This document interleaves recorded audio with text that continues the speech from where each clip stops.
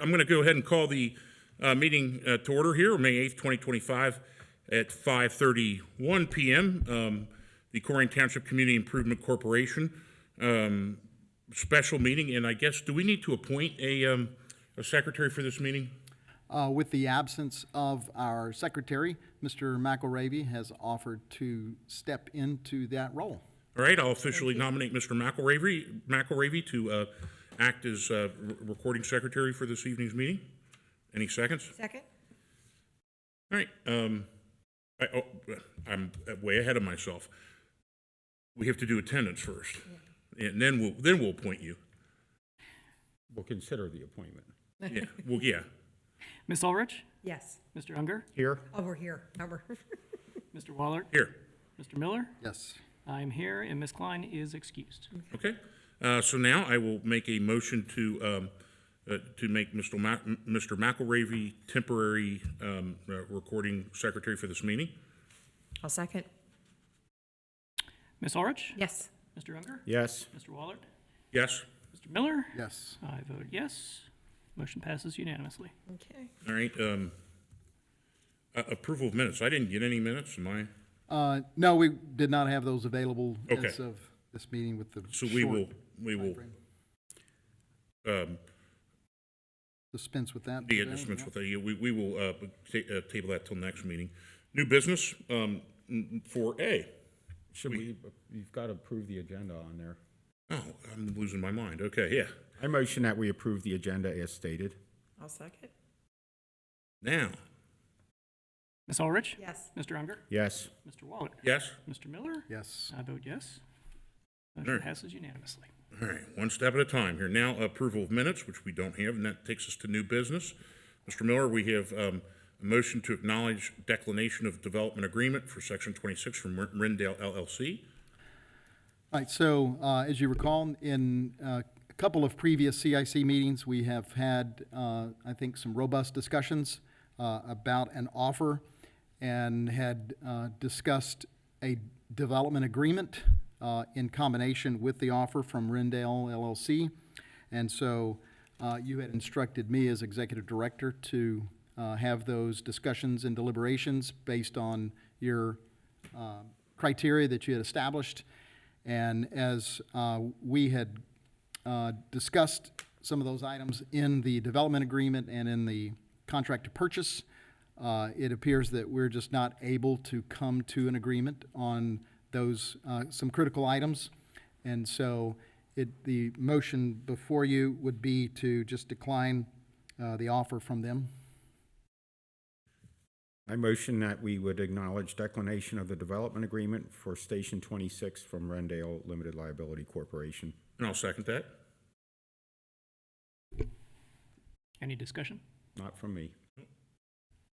Ms. Ulrich? Yes. Mr. Unger? Yes. Mr. Wallert? Yes. Mr. Miller? Yes. And I vote yes. Motion passes unanimously. All right, item B then is a discussion and potential action on pending offers for Station 26. All right, so the next item, we do have an active offer that is still on the table. This is from California Cars. I did produce a memo for you that walks you through their contract, and if we were to accept that offer, the issues that would also be in play with that offer. So the offer from California Cars for Station 26 is $660,000. And just a note that that is the item, that's the value that the appraisal was equal to. So we feel good about that. Interesting enough that we had not only the appraisal, we had this offer, and there was another offer that was at this same price. So it seems that that is the market price. And it was just a little bit under what our broker had come up with at $690, and so it's still, I think, in that margin that's acceptable. So he came up with his valuation based on a price per square foot for light industrial that was just a little bit above that, and so we decided in prudence to pay for an appraisal, and that's where we came in at $660. So the offer is coming through Bowling Kugler Realty. which would then stipulate that there would be a 3% commission that would go to Bowling Kugler, and then 3 to our broker, Nick Brella. The contract provides for a $5,000 payment in earnest money. It is contingent upon bank financing, which they are asking for 45 days Can I to stop you? Did they finish get that. any Yes. letter from any financial institutions that they've applied for financing and they're? Good question. I have not seen that Okay. letter, so we Yes, need to That would be request another that. stipulation we'd have to put in there.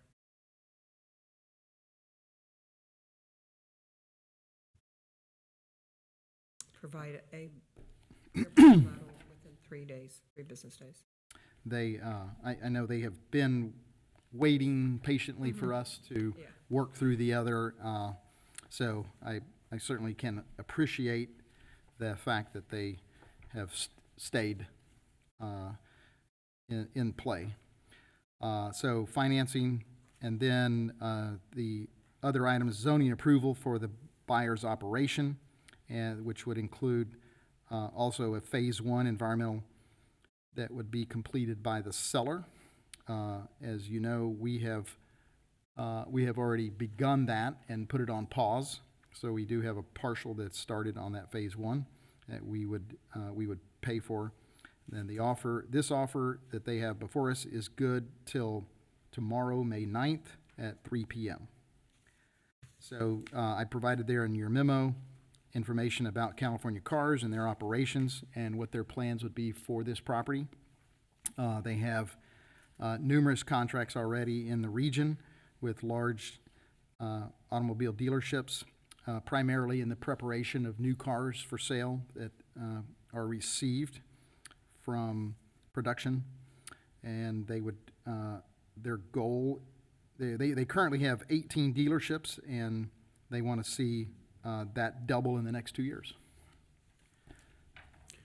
So, questions on that? I was going to go into To get it to the floor, I will go ahead and. I wanted to just mention the zoning because I think it's something that could be significant. So the zoning for this property is zoned MUR, which is multi-unit residential, and it's because of the region and the neighborhood where this station is. There are numerous other multi-unit residential, and so it is within the character of the neighborhood. And so, granted, they're a single unit across the street, but it is zoned MUR, which would require them to go through Board of Zoning Appeals for a use variance. And so I provided for you the table out of our zoning resolution that identifies their 2 primary services, automobile service and automobile body repair, that they have stated that they do. And if you'll look at the column for MUR, the dash line means it's a prohibited use in MUR. And so they would have to go to BZA and get that approval. And so their purchase, as you would imagine, is contingent upon that approval. So a question about this zoning, you have automotive service and automotive body repair is, they don't really, I guess it's considered service what they're doing? They did say on their website that they do provide minor automotive service. So sometimes the new car you would expect not going to Right. need any, but they do some on used cars, and my assumption is they are nearly new. I don't think it's a retail type operation where one-time consumers are coming in to get automotive repair. It seems to me they're a subcontractor or a contractor that works specifically with automobile dealerships. Correct. Weiler is one of their larger contracts. So Weiler receives a hauler with new cars, and they will provide those to California Cars first, and they'll take all the plastic off and clean them up, buff them, prepare them. There might be nicks from rocks, who knows, when they travel, and so they'll get those ready for showroom. Okay, so we're talking haulers are gonna come in and out of this property, correct? They have not told us how they are receiving Okay. cars. 'Cause that could be an issue. That does not seem reasonable that you couldn't get a hauler in on this Yeah, lot. that's, So we really don't like the idea of them stopping on West Galbraith And the and stop and trap, unloading right, that. right. And one of the criteria that makes Station 26 so appealing to them is the proximity to these dealerships. They're working on contracts with some notable names along the avenue, which, if they're successful, my assumption is they will unload the cars at those dealerships and then bring them over. They did note that they do 18 to 20 cars, 24 cars a day, As we talked, 20 to 30 cars a day. so there's 27 parking spots, and that's what, with zoning, to put in a limit on how many they can have. Yeah, that would be something that the BZA would Okay. take up in the conditions if they were going to approve that. And the BZA would then weigh in on, I don't want a car carrier stopped on West Galbraith either. That's easy stipulation. So my question is, I guess, do you feel that these are the right two categories, or is there another category that fits them? I did not see another category that would be, there's automotive body repair. You could, that is there. Automotive charging service, no. Fuel service, no. Sales and rental, no. Service, yes. Automobile wash is a different category. That seems to be more of a car wash. And so in the detailing, I think that's covered.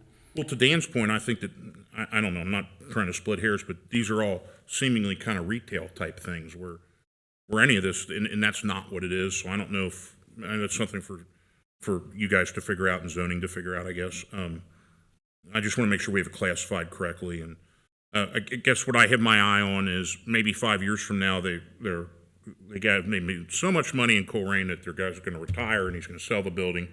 Now I don't want an automotive service station there. Okay, that's, All wholesale work at this point, but you do make a point that. Yeah. Yeah, I want to make sure that we don't have people repairing cars and cars piled up there, and we've been that route, and it's frustrating, and we don't want to do it again. Is there a way, you being involved with the zoning, is there a way to communicate that to zoning, that it's a more of a wholesale operation without? I think we could stipulate within the conditions that the staff recommends. The board is, as you know, independent. They will read staff reports and take those into consideration. So there is another automobile service facility on West Galbraith, not far from here.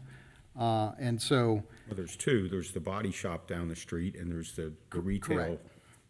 Right. at Chesswood. And so the question is, I think that you're asking, if the BZA approves a use variance, then is that going to apply to a subsequent owner? And the answer is yes. So in general, the use variance is going to run with the property. And that's why I ask about the category, because Yes. I don't know if we can we create a new zoning category? If you change the zoning resolution, you can. Okay, I mean, that might be something, because I'm not interested at all in having, a retail repair or retail service thing there. I think possibly in the conditions, if the Board of Zoning Appeals is going to consider applying conditions, which we've already discussed, maybe there is the stipulation that there is an active relationship with new car dealers. You know, that would be a way to, Okay. it's limited to this category, not the broad automobile body repair or automotive service. Yeah, okay, that's where I was getting at. Okay, so, So that's way down the road here, that's, yes. so the BZA, so let's assume that this thing, we vote for it and it closes. What are we looking at for the BZA timeline? BZA, regretfully, the timing to get on BZA has passed. They're For June. actually for the May meeting. So Board of Zoning Appeals has a May 28th meeting. So we have already published our ad for that meeting, so the next one will be June 25th. So I think within the criteria that we're having to meet with the contract, that being the phase one, I'm not sure if we want to do those concurrently. Can we do phase one and BZA application? We could probably do those concurrently and not have to. Well, here's wait the for thing, one. if BZA rejects it and California Cars moves out, then we've spent money on a phase inspection. So, it's the cart before the horse, or what do you want to do? Spend the money and they don't get their zoning and the contract's null and void? Yeah, so I've from the very beginning thought that it would be good to do the phase one first to know exactly what we have. So that wouldn't bother me at all, but I'm only one of 3 votes, and I understand that, or one of 5 votes. I just think it's, you worry about the worst, and then when you get it back, turns out maybe it's not what you thought, and I thought that would give us more negotiating leverage, but I also see the argument that don't get it until it's sold. So I understand that as well. But for one of 3, or one of 5, I don't have a problem with us buying the phase one, because if it passes everything, it makes it, in my mind, more marketable. I will note that we do have an initial report on the building, and it does include a no further action letter from the state of Ohio that is somewhat of a golden ticket on a facility. So It's dated 1983, correct? I And I do believe EPA standards have changed since then, so that's the only thing I was a little worried about. Because we don't know what's been going on for the last. Mr. Chair? Yes. So, just a couple of other things to add to the conversation here. The reason that the no further action letter was issued back in 1983 is because the tanks were pulled, I believe. There were underground storage tanks on site, and those have been removed. So presumably, any environmental risk that would have resulted from those tanks has been addressed, and we're good to go on that front. The only other factors is if there was something else on site somewhere along the way in the chain of title, and or if there was anything that is off-site that has made its way on-site, where there may be an environmental issue on the property, but we wouldn't be the responsible party. And hence, that gives us to paragraph 9, where we have to change that, because we do now know, because of that report, we did have 3 underground tanks, and we have an above-ground tank, so we have to amend number 9 on the purchase contract. That is correct.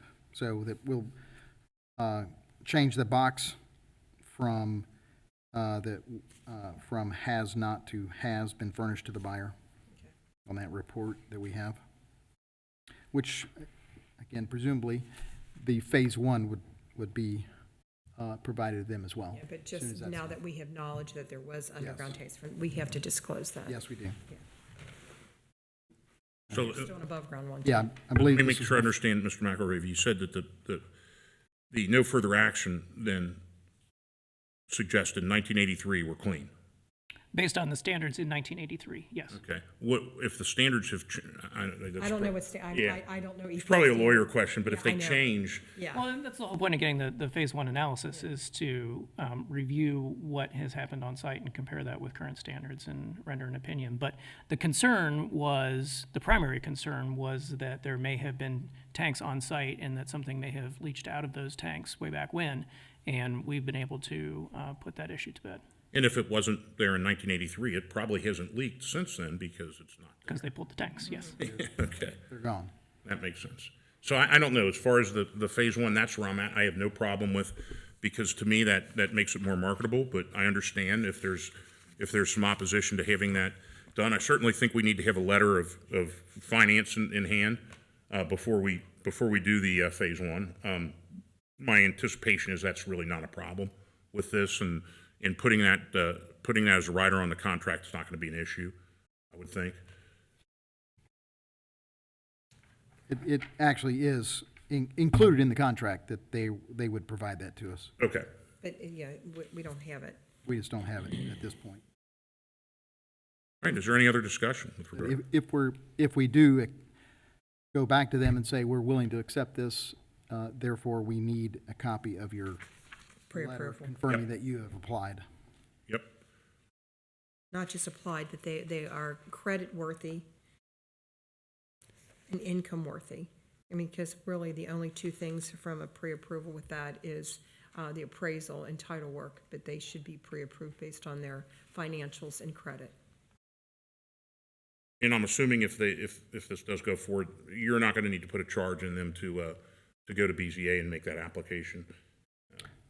They would have to pay. No, a charge is in push. I think they're going to want to do that right away. I don't want to. Can we put in the contract that they have it ready for the next BZA, For the June meeting? for the June meeting? Can we put that in there also, that they have all their ducks in a row to have everything ready for that meeting? It's 21, it's actually 46 days from I think today. Then that's fine. That should be good, but not gonna I don't want them to miss that one and wait another 30. Right.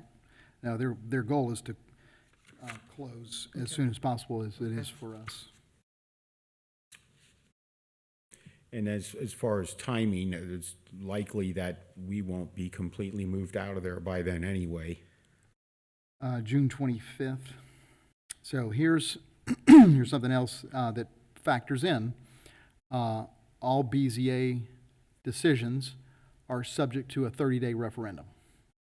And so the Board of Zoning Appeals may make a decision, and then citizens of Colerain have the right to collect signatures and put that before the voters. Okay. So that decision does not take effect for 30 days. So if they're on the June, they have till July 25th?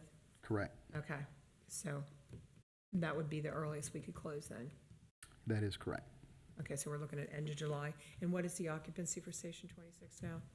I know, I I didn't know if it talked was- to Alan, and he casually mentioned to me it might be some Saturday in June for a ribbon cutting. Okay, so that takes about a month to clean out, and so that's the time. I think the timing, if we Is- can get this done right now, Yeah, I think the okay, I think timing's you're going to okay. work. All right, are there any other comments, concerns? One other thing is, the proration, since we are a municipality, we don't pay real estate taxes. I'd Right. like to put that in there because I don't want these people to think they come to closing and all of a sudden get get the proration from us, and they get nothing. All right, so on paragraph 6 of the contract to purchase, we will add a note there that Township doesn't pay property tax. We are, Property transfer tax, right? No, property tax. Property, okay. we won't have that either. That's We a don't have the doc- transfer document either, that I okay. signed. Transfer tax either. But we'll note that we're only responsible for assessments of $60.20. And so in our counter, it'll be paragraph 9. We're changing from has not to has been furnished, since we received the initial phase 1, and then paragraph 11 on proration of property taxes. Because it says it has never had underground storages or above ground, and like there is still that tank in the back. So I mean, I know that's visual, but they're saying we don't have it, so I just want to make sure we're not, So what are you looking for, us to authorize you to? It would be a motion to, If you have a motion, we have a second, so at this point, we can vote. Mr. Chair? Yeah. I don't believe we have a motion. I thought Mr. Unger I motioned. started the motion, and then yeah. Oh, okay. I continued on Yeah. with my, All right, Teeing it up. I'll motion that we execute an agreement with California Cars through our, that our C.I.C. director execute an agreement through California Cars with the stipulations as discussed in the meeting. I'll second Matt's motion.